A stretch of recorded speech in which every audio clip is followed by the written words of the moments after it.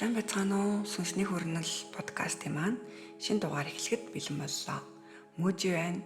Магадгүй та бүхэн нандаг хүлээж байгаа. Тэгэхээр мүүжийн шүннээр хүрэх байгаа учраас энэ сэргэг байгаа байдлаа ашиглаад подкастын шинэ дугаараа хийгээд шийдчихлээ. За өнөөдрийнхөө дугаараар айц болоод эргэлзээний тухай бодлоо хуваалцгаар шийдлээ. За хүн болгонд айц болоод эргэлзээ байдаг. Бүр төрсэн хүүхдэд хүртэл дөнгөж төрсэн хүүхдэд бүр ураг байх үедээ хүртэл тэр айцыг мэдэрч идэг тийм ээ. Ээж маань төрүүлэх болов төрүүлэхгүй болов төрсний дараа тий одоо ойрхон хажууд нь ээж нь байхгүй хүүхэд уйлдаг шүү дээ. Айцыг мэдэрч тийм ээ. Тэгэхээр биднэрт насан туршид маань айц гэдэг зүйл дагаж яваад байна. Тэгэхээр энэ маань угаас бидний одоо тархинд байдаг зүйл байна. Тэгэхээр айц гэдэг маань ер нь анханасаа байх ёстой юм уу, байхгүй байх ёстой юм уу тий? За байх ёстой юм бол энэ яагаад байгаа? Яагаад биднийг шантраагаад ухарч ницаагаад ингээд бидний ингээд нэг юм урам зориг мохоогоод байдیں۔ Тэгэхээр айц гэдэг маань угаас одоо нэг энэ тархины маань нэг код програмчлал тий анханасаа өгөгдсөн өгөгдөл байгаа тахна. Айцаар бид нар ерөнхийдөө авч үзвэл тархи одоо бидний энэ махан бие буюу физик биеийг аюулгүй байлгах тохиог өгж идэг одоо хамгаалтын систем юм байна бидний тийм ээ. Одоо жишээлбэл халуун хоолыг бид нар халуунаар нэгдэж болохгүй ч гэдэг юм уу, эсвэл зам өндлөн гарахтаа бид нар машин ирж гин үгүй юу гэж хардаг тийм машин ирж ивэл зогсдог ч гэдэг юм уу. Энэ нэг юм бидний аюулаас өөрийгөө хамгаалах энэ үйлдэл маань айц болон эргэлзээгээр биднэрт тохиогж байдаг байна. Энэний маань тэнцвэртэй байдал алдагдаад юм уу? Эсвэл бид нар өөр хүчин зүйлүүдээс болоод энэ айцыг бүр ингээд томруулсан байдаг байна л дээ. Яг зориултын дагуу одоо ашиглахгүйгаас болоод гэх юм уу тийм ээ. За гэтэл энэ амьдрал дээр бид нар одоо энэ айцыг яагаад ийм бүр ийм том болгоод тий айцаараа бид нар ингээд удирдуулаад ч гэдэг юм уу тий ингээд бидний амьдралд нөлөөлөд байгаа юм бэ. За энд маань нөлөөлөх хүчин зүйлүүд байдаг байна л дээ. Нанда можи хоёр нь урдны дугааруудаар ярьсан сэтгэлийн гэмтэл одоо сэтгэлийн сөрөг мэдрэмжүүд тий багтаа авсан гэмтлүүд маань бүгд айц дээр суурлагдаад тэрийгэ танд мтэггүйгээс болоод тий уучлаагүй, ухаараагүй, тавьж явуулаагүйгээсээ болоод энэ айц гэдэг маань ингээд бүр ингээд хэмжээнд томроод бүр ингээд салаалуулаад одоо гомдол цөхрөл бүх юмнуудын маань ингээд үүсгэсэн байгаад байдаг байна. Тэгээд өнөөдрийг хүртэл бидэнд бүр хүн хөлтөл маань энэ айц маань ингээд дагаа яваад байдаг. Энийгээ таньж мэдэхгүй болвол бид нэр айцаараа удирдуулаад байдаг байна. Эхлээд бидэнд эргэлзээ төрдөг тийм үү? Ямар нэгэн юмыг хийхэд энийг би чадах болоо чадахгүй болоо тийм ээ? Эсвэл хүмүүс юу гэж хэлэх бол бид нар хувцас өмсөд өглөө гарахтаа хүртэл бид нар юу гэж боддог вэ гэхээр энийг өмсвөл надад хүмүүс юу гэж хэлэх бол тийм би таалагдах болоо би тэх болоо ч гэдэг юм уу? Тийм өөртөө итгэлгүй байдал ч юм уу тийм бүх зүйл дээр маань эргэлзээ төрүүлээд байна. Энэ маань айц суртай байгаа тань тийм үү? Тэгэхэд өнөөдөр би ямар ч хувцастай гараа явсан намайг хинч ажиглахгүй байхад би өөртөө тэр айц гэдэг зүйлээсээ болоод намайг хүмүүс харж байгаа болоо би өнөөдөр тохиромжгүй хувцалсан болов ч гэдэг юм уу? Тэр байдлаас болдог. За жишээлбэл сургуульд байхад багшийн одоо шараншин одоо зан авираас ч болт юм уу? Юунаас ч болт юм.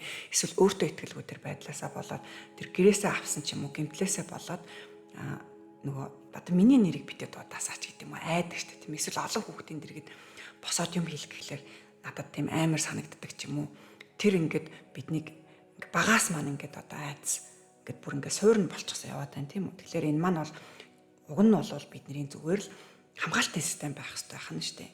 Бидний тархинд одоо ингээд нэг энэ аюултай шүү гэдэг мэдээллийг өгдөг. За тэгтэл аюултай шүү гэдэг мэдээллийг тархи яаж таниад байгаа юм те? Энэ чамд аюултай шүү гэдгийг тархи маань яаж таниад байгаа юм бэ гэхэлэр зэрэг таньж мэдээгүй зүйлээсээ тийм ээ. Тархи ухамсар тэрнийг мэдэхгүй байхаасаа танихгүй одоо судалж ойлгоогүй тэр зүйлийгээ тарих шууд нөгөө нэг одоо аюултай гэж авч үздэг байна надад. Энэ махан биед маань энэ бол аюултай зүйл гэж хүлээж авдаг байна. Яагаад тэгэхээр мэдэхгүй учраас өөрийнх нь судлаагүй, таниагүй байгаа зүйл учраас тэрийг аюултай зүйл гэж хүлээж аваад байна. Тэгэхээр энийг буцаагаад хамгаалтын систем маань ажиллаад одоо биднэрт айцыг төрүүлдэг байна л дээ. За энэ бол миний мэдэхгүй зүйл байгаа учраас аюултай шүү гэдэгтээ юу ч байж болно ч гэдэг юм уу. Тэгэхээр бид нар энэ тархиныхаа таних мдээгүй, судлаагүй одоо тэр зүйлийг ойлгоогүй байгаа тэр зүйлийг бид нар за бэрхшээл буюу зовлон гэж хүлээж аваад байгаа. Тийм ээ? Тэрийг таньж мэдчихэр биднэрт тэр зовлон биш болчихно. Бид нар ухаарад ойлгочихж байгаа учраас хэрвээ бид нар таньж мдээгүй тэрнээсээ шантраад ухраад яваад байх юм бол алдаа хийснээрээ бэрхшээл зовлон биднэрт эргээд тахлаар зэрэг шантраад тэрнээс ницаад ухраад тэгээд өргөлжлүүлээд бүр ингээд энэ амьдрал хорвоо ертөнд чи яагаад миний эсрэг ингэж ажиллаад байт юм бэ? Би яах ёстой юм бэ? Яагаад над дээр ингээд бүх зовлон аваараад байгаа юм бэ ч гэдэг юм уу те. Тэр шантралыг биднэрт авчирч энэ бодлыг биднэрт төрүүлдэг л байна. Тэгэхээр бид нар энийг маш зөөр нь ингээд таниад мэдчихэе. Энэ тархиныхаа, энэ махан биенийхаа өгөгдлийг бид нар маш зөвөр таниа мэдчихэе. Тэгэхээр тэр тархины буруу биш байгаад байгаа нь угаасаа л өгөгдөл нь бахан те. Биднийг хамгаалж байгаа аюулгүй тэр систем маань таньж мэдээгүй зүйл дээр л тохиог өгöd байдаг байна. Тэгэхээр биднэрт тэр хэцүү санагдаад зовлон одоо бэрхшээл болоо авчдаг байна. За тэгвэл тэр тархинд ирээд байгаа тэр мэдрэмж тийм ээ бидний таньж мэдэхгүй байгаа тэр мэдрэмж маань бидний зүрх сэтгэл буюу сүнснээс маань ирээд байгаа мэдрэмж байгаад байна. Тэгвэл тэр тархинд ирж мэдрэгдээд байгаа тэр мэдрэмж тэр таньж мэдээгүй байгаа тэр танин мэд хүн ойлголт ухаарлыг өгөх гээд байгаа тэр зүйлийг маань хэн өгöd байгаа? Бидний зүрх сэтгэл буюу энэ хорвоо дэлхий бидэнд өгöd байгаа. Яагаад бидэнд зовлон жаргал гэдэг зүйлийг бидэнд өгöd байгаа юм бэ? За жишээ авч ярил л да. Бид нар энэ хорвоо ертөнц яагаад бидэнд эсрэг ингэж ажиллаад намайг зовоогоод байгаа юм бэ? Эсвэл бурхан байдгийн бол яагаад бидэнд зовлон өгöd байгаа юм бэ ч гэдэг юм уу тийм ээ? Тэгэхээр энэ маань бидний тархинд л байгаа асуудал байгаа тахна. Тархи маань таньж мдээгүй байгаа учраас тэрийг тайлж, тэрнийг давж туулах тэр туршлага буюу танин мэдхүн ойлголт нь байхгүй байгаа учраас тэр бидэнд хэцүү санагддаг л ахна л дээ. Тэгэхээр энийг бид нар таньж мэдчих юм бол ойлгоод ухаарчих юм бол туулаад ард нь гарчих юм бол тэр маань биднэрт зовлон бэрхшээл биш болчих юм байна. Бидний тархи маань тэрийг таньж мэдчихэж байгаа учраас дараагийн удаад айцыг төрүүлэхгүйгээр тийм ээ тэр аюулгүй ажиллагааных нь хамгаалтын системд ажиллахгүйгээр бид нар тэрийг үйлдэж чадах болчих юм байна. Тэгэхээр энэ одоо хорвоо ертөнцийн хөнийч гэдэг ч юм уу одоо бидэнд өгöd байгаа тэр одоо тэр хэцүү бэрхшээл бидрийг энийг таньж мэдээчээ гэдэг байгаа тэр зүйл нь яг юу юм бэ? Тэгтэл энэ маань хорвоо ертөнц буюу бурхан ч юм уу те ямар нэгэн зүйл бидэнд тэрийг бэлддэггүй л байна л дээ. Бид нар өөртөө бэлддэг байна. Бид нар энэ махан биеинд төрлөг авч ирэхдээ бид нар өөртөөгөө гэрээ хийж ирдэг байна юм уу? За энэ зүйлийг таньж мэдээ. Би ийм тууллыг туулаад эндээс ийм ухаарлал ойлголтыг авъя гэдэг юм уу?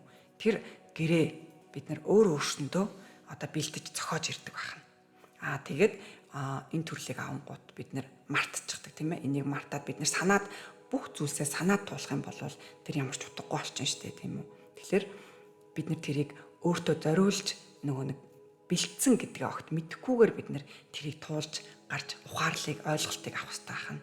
Сүртэй тийм амар зовлон ч юм уу тэр айхтар бэрхшээл ч юм уу тийм сүртэй нэртэй биш бид нар маш хөнгөнөөр тэрнийг зүгээр л сорой буюу шалгалтл гэж бодчих. Бид нар тэрний ард гардаг шүү дээ. Хөнгөн байдлаар хүлээгээд авах тусмаа бид нар түүнийг туулах тэр нэг одоо хүч зориг маань биднэрт өөрсөнд маань ингэж төрж идэг бахан л нэгэнт би давж гарах юм бол одоо бараг эртхэн тэрнтэйгээ нүүр тулчих тийм ээ. Эртхэн үүнийг зүгээр даваад гарчээ. Хоошоо суухгүйгээр шантрахгүйгээр тийм ээ. Мэдээж энэ нэг туулж иж бид нар ард нь гарч тэрнийгээ энийг ингэж хийх байжээ гэдэг ухаарлыг нь ойлголтыг нь авч тархинда түүнийг ухамсартаа бид нар суулгах нь байна. Тэр нь маань бидний одоо сүнсний одоо баг зорилго гэсэн үг тийм ээ. Тэгэхээр бид нар сүнсний зорилгоо хүмүүс олмоор байна гэж яриад байдаг шүү дээ. Тэгэхээр сүнсний зориг гэж юу вэ? Бид нар санмаар байгаа даа тийм ээ. Санахыг хүсэж байна. За тэгтэл сүнсний зориг гэж ярих асуултаар бид нар түрүүний ярьсан сүнсний гэрэл гэдэг зүйл байгаад байна. Хинтээ хийгээд байгаа тийм ээ. Хорвоо ертөнцтэй хийгээд байгаа юм уу? Бурхантай хийгээд байгаа юм уу? Гэтэл үгүй бид өөр өөрсдөө л тэр гэрээг хийдэг байна. Өөр өөртөө бид нар энэ амьдралд ингэж би энэ зүйлийг давж гарч эндээсээ ийм ухаарал авмаар байна гэж өөрөө тэр төлөвлөгөөгөө зохиож бид нар өөр өөрсөндөө тэр гэрээг хийж ирдэг байна. Тэгэхээр сүүлийн үед бид нар одоо сүнсний сэрэлт гэж яриад байгаа тэр зүйлс маань уг утгын хувьд нэг жаахан тутмагч юм шиг. Сүнс нэг унтаад байж байгаа юм шиг тийм ээ. Сүнс маань бол тийм унтаа байдаг биш бахан л да байнгын сэргэгтэй. Харин бидний ухамсар маань ингэж тэлэхгүй, суралцахгүй байгаа, харах өнцгөө ингэж томруулахгүй байгаад байгаа маань эсрэгээрээ харин ухамсарын сэрэлт гэж хэлмээр юм шиг санагдаж байна тийм үү? Ухамсарын сэрэлт одоо бидний ухамсар маань ингэж унтаа байгаад байна шүү дээ тийм ээ. Тэгэхээр ухамсараа бид нэр сэрэх гээд байгаа үйлдэл юм байна. Ингэж нэрлвэл арай оновчтой ч юм шиг мөөжөд нь санагдаж байна. Тэгэхээр бид нар ухамсараа тэлэх хэрэгтэй байна. Ухамсарын тэлэлтийг бид нар хийхийн тулд суралцах хэрэгтэй байна тийм ээ. Бусдаас өөрөөсөө энэ хорвоо дэлхийн танин мэдхүүг бид нар суралцж байж энэ ухамсар маань тэлж бидний харах өнцөг томрох ёстой байна л дээ тийм ээ. Буцаад бид нар хэдүүлээ айц руу оръё. Яг бид нар юунаас айгаад байгаа танин мэдэхгүй байгаа зүйлээсээ надад тулгарсан энэ бэрхшээл зовлонг давж гарч чадах болов гэдгээсээ бид нар айгаад байгаа гэсэн үг байна. За энэ бол тарих буюу ухамсарт болж байгаа үйл процесс байна. За эсрэгээрээ нөгөө талд сүнс буюу бидний зүрх сэтгэл зүн совин тийм ээ. Зүн совин маань биднэрт бас юм хэлээд байдаг. Бид нар тэрийг мэдэрдэг тийм ээ. Энийг би уг нь хийчихвэл те энийг би чадна штэ. За эсвэл би надад нэг юм совин төрдөг тийм ээ. Одоо зүн совин. Энэ маань бидний зүрх сэтгэлээс гараад байгаа. Мэдрэмжийг тэр тархинд өгдөг. Гэтэл тарих биднийг эргээгээд няцаадаг те. Өө чи энийг чадахгүй штэ. Чи бол чадваргүй штэ. Гэд ингээд бидний тэр нөгөө баг давсан гэмтэл тараамаа юу гэдэг айц дээр суурилсан тэр бүх сэтгэл хөдлөлийн сөрөг мэдрэмж дээр маань тулгуурлаад бид нарыг ингээд шууд шүүгээд эхэлдэг тийм ээ. Чи нэг чадахгүй. Чи өөртөө итгэлгүй. Чи энэ зүйлийг ярихад хүмүүс чамайг ингэж хэлнэ. Чи өнөөдөр наад хувцаа өмсөд гарвал хүмүүс чамайг одоо ингэж хэлнэ, тэгж хэлнэ. Чи хүний тэр гэдэг нэг урдчлаад биднэрт ингээд нэг одоо тэр айц гэдэг зүйлийг, эргэлзээ гэдэг зүйлийг биднэрт урдчилж өгöd дээ шүү дээ, тийм ээ. Тэгэхээр бид нар ямар нэгэн зүйлийг хийхээсээ өмнө бүр тэр зүйлдээ ингээд аль хэдийн очиод шантарцсан, аль хэдийн буугаад өгцөн тий бүр аль хэдийн эргэлцсэн бүр ингээд нэг би бараг чадахгүй дээ гэдэг нэг бүр ингээд дүгнэлтээ гаргачихсан ингээд явж идэг байна. Тэгтэл зүрх сэтгэл болоод энэ ухамсар тарих маань ингээд одоо арга билэг шиг тэнцүү орших хэрэгтэй байна л дээ. Айц төрөх ёстой. Гэхдээ би энийг зүн совин одоо миний зүрх сэтгэл энийг чадна гэд хэлээд байна шүү дээ. Тэгэхээр би энийг тэр давж гарах нь айц эргэлзээ байгаад байна гэдэг маань би энийг бүр хийх ёстой шүү гэдэг одоо миний бүр баг чиглэл газрын зураг маань байгаа байхгүй. Ингээ харчаар нөгөө айц маань амар том биш. Бүр эсрэгээр миний анд нөхөр юм шиг надад санагдаж байна тийм үү? Одоо намайг чиглүүлэгч маань юм шиг тийм ээ. Би айгаад байвал би энэ зүйлийг бүр хийх ёстой, үйлдэх ёстой болчихж байгаа байхгүй. Зүрх сэтгэл болоод энэ тарих хоёр маань тэнцүү арга билэг хоёлаа оршиж явах ёстой байна. Энэний маань тэнцвэр алдагдаад эхлэхээр нэг аль нэг тал руугаа хэлбигээд бидний энэ баланс алдагдаад нэг бол айцтай хөтлөгдөнгүүтээ бид нар хийх зүйлээ хийхэ болчихж байгаа. Эсвэргээрээ хитрхи зүн совин маань зүрх сэтгэл маань дийлээд байвал бид нар нөгөө одоо тэр талд руу ч юм уу те хит тэр нөгөө одоо энэ бэлэг тал руугаа ингэж хэлбиснээрээ бид нар өөртөө хүн байх тийм ээ тэр одоо эзэн ирэхээ алдаад байдаг гэх үү те. Тэгэхээр энэ зүйл маань арга бэлэг шиг хоёлаа яг тэнцвэртэй оршиж иж бид тэр нэг сүнсний зориг гэдэг зүйлээ маш томоор харах юм байна л да. Энэ тэнцвэрийг бид нар яаж барих ёстой вэ? Зүн совин мэдээж төрдөг тийм ээ. За биднэрт зүудээр эсвэл шууд зөнгөөр зүрх сэтгэлээс бол байнгын ингээ мэдрэмжийг биднэрт ингээд нөгөө өгж идэг л ахна л да тийм ээ. Бид нар хайртай хүнээ харахаараа тогтолдог. байгаль гарахаараа өөрөө ирэхгүй тайвширдаг тийм ээ бүр ингээд дотроосоо тэрнээс биш тарих биднийг за тайвшраараа за одоо баярлаараа гэж нэг шууд команд өгдөггүй шүү дээ. Тэр зүрх сэтгэлээс тэр нэг энэ мэдрэмж тархинд очиж иж тархинаас тэр даавруудыг ялгаруулах тэр командыг бидний бит өгöd байгаа шүү дээ гэсэнд маань. Тэгэхээр тэр зүрх сэтгэлээс тэр ирж байгаа тэр мэдрэмжийг энэ тархи маань тэгвэл яаж зөв удирдах хэрэгтэй юм бэ тийм ээ? Тэгэхээр энэ айц гэдэг зүйлийг маань нэгэнт байх хэрэгтэй юм бол бид нар хэмжээнээс нь яагаад хэтрүүлээд байгаа юм бэ? Энэ яагаад хэтрээд байгаа юм бэ тийм ээ? Тэгвэл энийг бид нар яаж хэмжээнд нь байлгах хэрэгтэй юм бэ? Тэгэхээр энэ айц гэдэг зүйлд маань нөлөөлдөг зүйлүүд байдаг бахал та хүчин зүйлүүд. Энэ маань Нандаа бит хоёрын ярьсан нөгөө багтаа авсан шарах гэмтэл тийм ээ? Бидний хайрцаглагдсан байдлууд урд нь ирсэн тэр бэрхшээлийг давж чадаагүй тэндээс авсан шантрал зэрэг маань биднийг энэ айцыг маань улам ингээд дөвөөлгөөд байх ёстой хэмжээнээсээ бүр ингээд нөгөө аль хэдийн халиад бид нар өөрсдөө ч хянч чадгааргүй болцсон байт юм байна л да. За тэгэхээр энэ хэмжээнээсээ хэтэрсэн айц гэдэг маань бидний удирдах чадахгүй байгаа далд ухамсар буюу 90% маань тархины маань тэр 90% маань бүр аль хэдийн бидний хяналтаас гараад ингээд бүх зүйлийн маань ингээд суурь нь болчихсон явж байгаа юм байна л да. Тэр айц суурьтайгаар бүх зүйлд бид нэр шийдвэр гаргадаг тийм ээ. Өдөр тутмынхаа тэр бүх үйлдэл дээр бид нар айц суурьтайгаар ингээд шийдвэр гаргаа яваад байт юм байна. За бидний үед ч юм уу бидний өвд эз аав ээжийн маань үед бол багтаа авсан сэтгэлийн тэр шархаас бусдаас авсан хайрцаг тий энэ нэг тууллаасаа өөрийнхөө туулсан тууллаасаа давж чадаагүй алдаанаасаа ч юм уу шантралыг авсан тэр зүйлсээсээ болоод тэр айц ингээд далд хумсарт маань ингээд суугдаад суур олчихсан байт юм байна. Яг одоо бидний үед зүгээр л гудамжинд бид нар гараа авахад энэ завгүй амьдралын дуу чимээнүүд байгаа шүү дээ тий гудамжинд байнгын стресстэй хүмүүс байна. Бид нар байнгын нэгнийхээ энергийн донд ингээд солилцож явж байна тий бусдын сөрөг мэдрэмжийг ингээд бид нар зөрөөд өнгөрөхдөө л энэ аура гэдэг зүйлээрээ бид нар ингээд мэдрээд тий энэ бүхэн маань биднэрт бүр ингээд байнгын буюу бүр баг төрөлхийн стрессийг ингээд үүсгэж байгаа байхгүй энэ тархинд маань.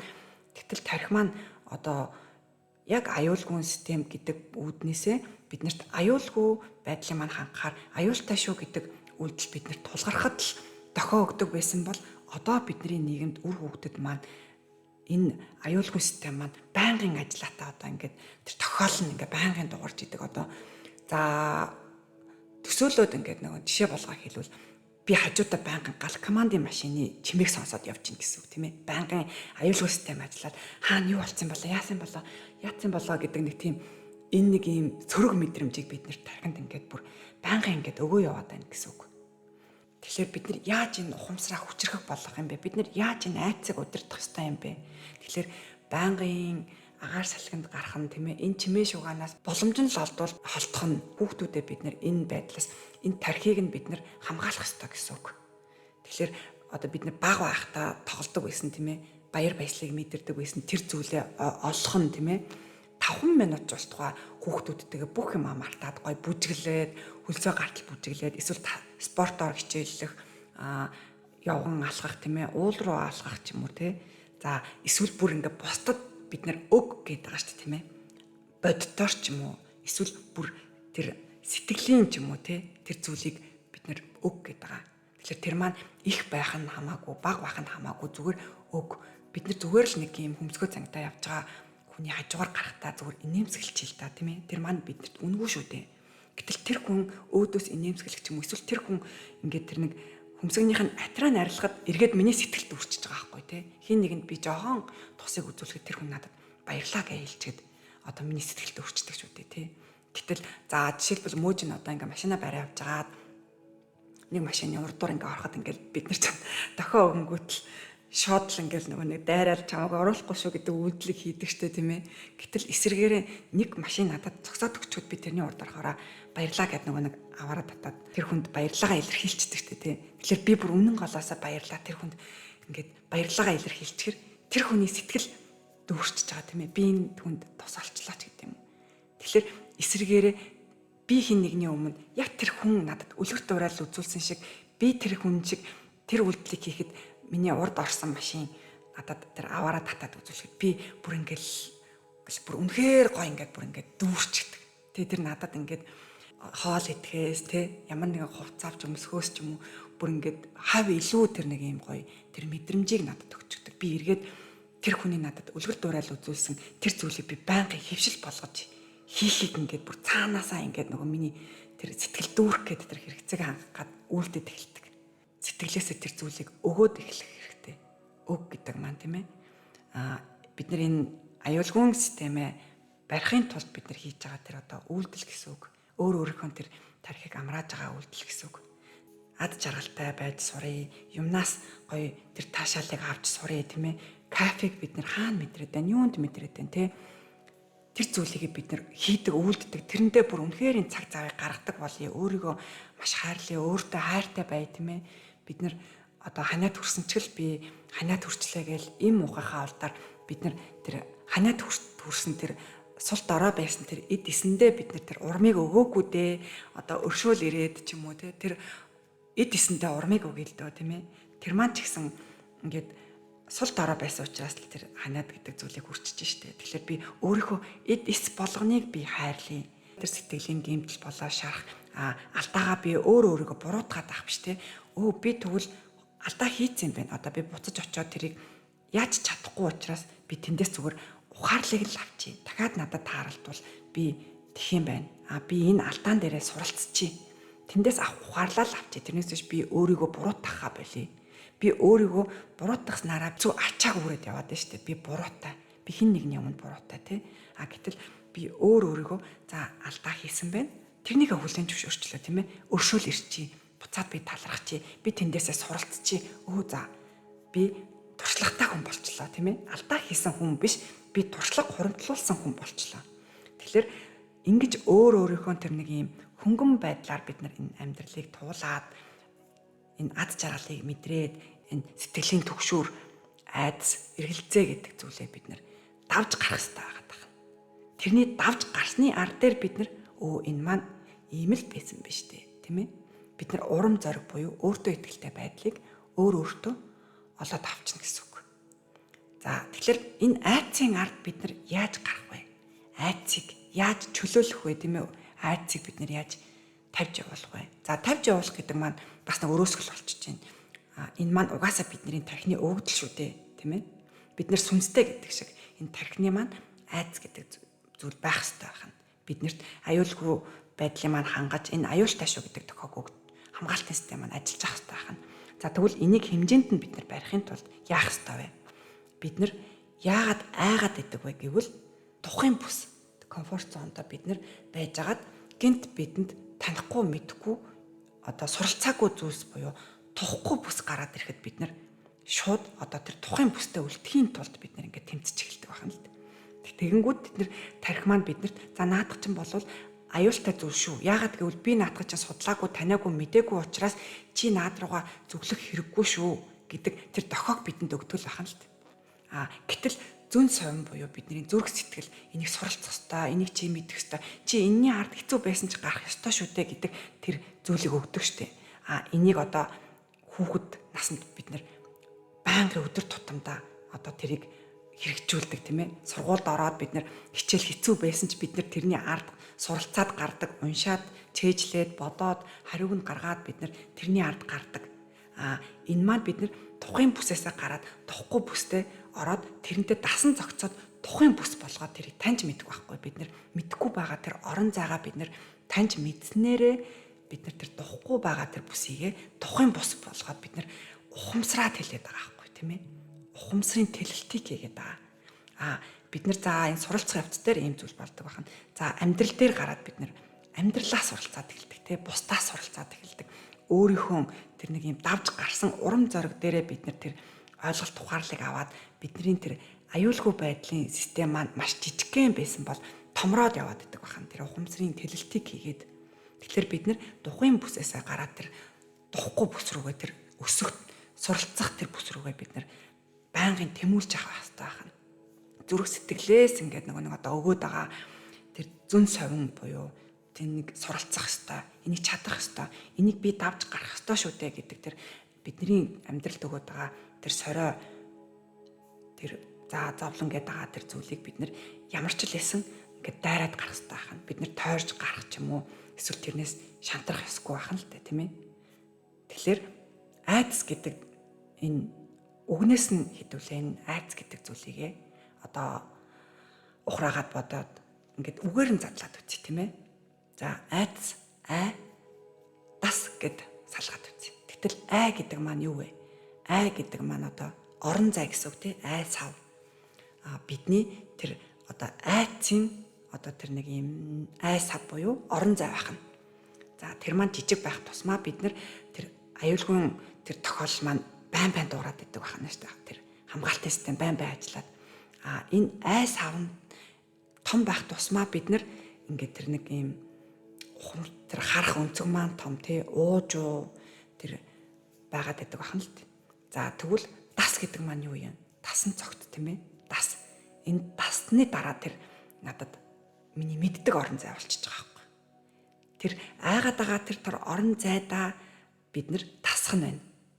Тэгэхээр зэрэг энэ айдас маань эргээд бидний нөгөө нэг одоо тэр айгаад байгаа зүйлдээ дасан цогцсны ар дээр одоо нөгөө нэг тэр урам зориг те ялалтын тэр нэг мэдрэмж байх нь л дээ. Би чадцсан гэдэг өөртөө итгэлийг олж авах тэр. Тэгэхээр эсэргээрээ айдас гэдэг маань ингээд нэг юм биднийг айлгаад байгаа зүйл биш. Харин эсэргээрээ биднэрт урам зориг өгөөд байгаа бидний өөртөө итгэлийг олох гэдэг сүнснийхээ зорилгыг олох гээд байгаа газрын зураг маань юм шиг, тийм ээ. Айдас гэдэг маань бидний анд нөхөрч юм шиг. Тэр талаас нь бид нэр ийм гоё эргээр бүгдээрээ харчээ. Гэтэ угаасаа л бүр ийм эерэг байдлыг биднэрт үүсгэх нь. За надад айдас юм уу эргэлзээ төрвөл за энэ миний угаасаа бүр давж гарах ёстой үйлдэл ах. Энийг би заавал үйлдэх ёстой байх нь, тийм ээ. Айдас төрж байгаа болвол та бараг баярлах ёстой байх нь, тийм ээ. Айдас төрж ивэл за мөн байх нь. Би тухгүй бүстэ ороод энийг судлаад би энийг одоо нөгөө нэг өөрийнхөө орон зайг ухамсарын тэлэлтэй хийгээд би энэ аюулгүй байдлынхаа энэ айдсынхаа энэ орон зайг би тэлснээрээ миний айх зүйл маань багасаа авчиж байна. Би өөртөө итгэлийг олчиж байна. Миний айц гэдэг байгаа тэр нэг далд ухамсарт маань бичигдсэн байгаа тэр зүйлс маань багасаад байх ёстой хэмжээнд очих нь л дээ. Тэгэхээр бид нэр хамгийн эхлээд энэ тууллынхаа явцад авсан тэр гэмтэл шарах тэр айц тэр тулгуурлан тэр зүйлсүүдээ тавьж явуулах нь. Дээрээс нь бид нар энэ айц гэдэг маань бидний анд нөхөр буюу миний замыг одоо гэрэлтүүлдэг дэн маань тий газрын зураг маань юм байна гэд тэрнийг хүлээгээд авчихвал эргэлзээ, тэнгэлзээ тэр бүх зүйлийгээ бид нэр ашигтайгаар эргүүлж болох нь. Айгаад байгаа бол энийг би заавал энийг ард нь гарах хэрэгтэй. Тэгэхээр би эртгэл нөр тулчих. Надад эргэлзээ төрөөд айд төрсөн л бол энийг би шууд л бариад авъя, тийм ээ. Удах тусмаа би улам айгаад тэр нөгөө нэг айдас маань улмал намайг ингээд хүчгүүдүүлээд миний хүчийг сулруулад урам зориг маань мохоогоод л ахна л дээ, тийм ээ. Тэгэхээр бид нар амьдралаас бусд хүмүүсээс хангалттай тэр нэг намайг мяалдаг, намайг дардаг, тийм ээ. Тэр хүчин зүйлүүдийг мэдэрдэг шүү дээ. Ядаж би өөртөө тэр зүйлийг бас мэдрүүлмээргүй байна, тийм ээ. Би өөртөө чи чадахгүй штэ гэдэг үгийг хэлмээргүй байна. Ядаж би өөртөө айдтайгаа найзлаад би бүр айдсараа чиглүүлээд энэ эргэлзээ гэдэг зүйлээрээ чиглүүлээд би газрын зургаа болгоод гоо орон зайд байгаа тэр таньж мэдээгүй зүйлээ би таниад л мэдчихье. Тэгээс суралцчихъя, тийм ээ. Түүний ар дээр тэр надад туршлага болоод алдаж болно, тийм үү? Тэр алдаа маань надад туршлага болчихж байна. Тэр зүйлийг би таниад мэдээд оноо болгоод авчих юм бол тэр маань надад мэдээж энэ сүнсний хөгжил дээрээс нь би өөртөө итгэлийг би олоод авчих юм. Тэгэхээр айц эсэргээрээ бидэнд маш гоё том өгөгдөл бэлэг ахнэ. Тэгэхээр бүгдээрээ айцтайгаа найзлая. Өнөөдрийн энэ дугаарыг энэ хүртэл сонссон та бүхэндээ маш их баярлалаа. Яг л энэ зүйлийг ярих гад мужийн ингээ нойр хөрөхгүй ингээд энэ зүйлийг та бүхэн ч гэсэн өөртөө хүлээн зөвшөөрөөсэй тий өөрийгөө хүлээн зөвшөөрөөсэй. Энэ айцтайгаа нүр тулаарай тий. Тэгээд энэ хорвоо ертөнцийг маш гоё хөгжилтэйгээр бүгдээрээ хөнгөн ингээд давж туулъя л да, тийм ээ. Заавал бид нар зовлон гэж бодохгүйгээр бид нар зүгээр шалгалтаа өгч, тийм ээ. Үүний ар дээр биднэрт маш том бэлэг ирдэг ах нь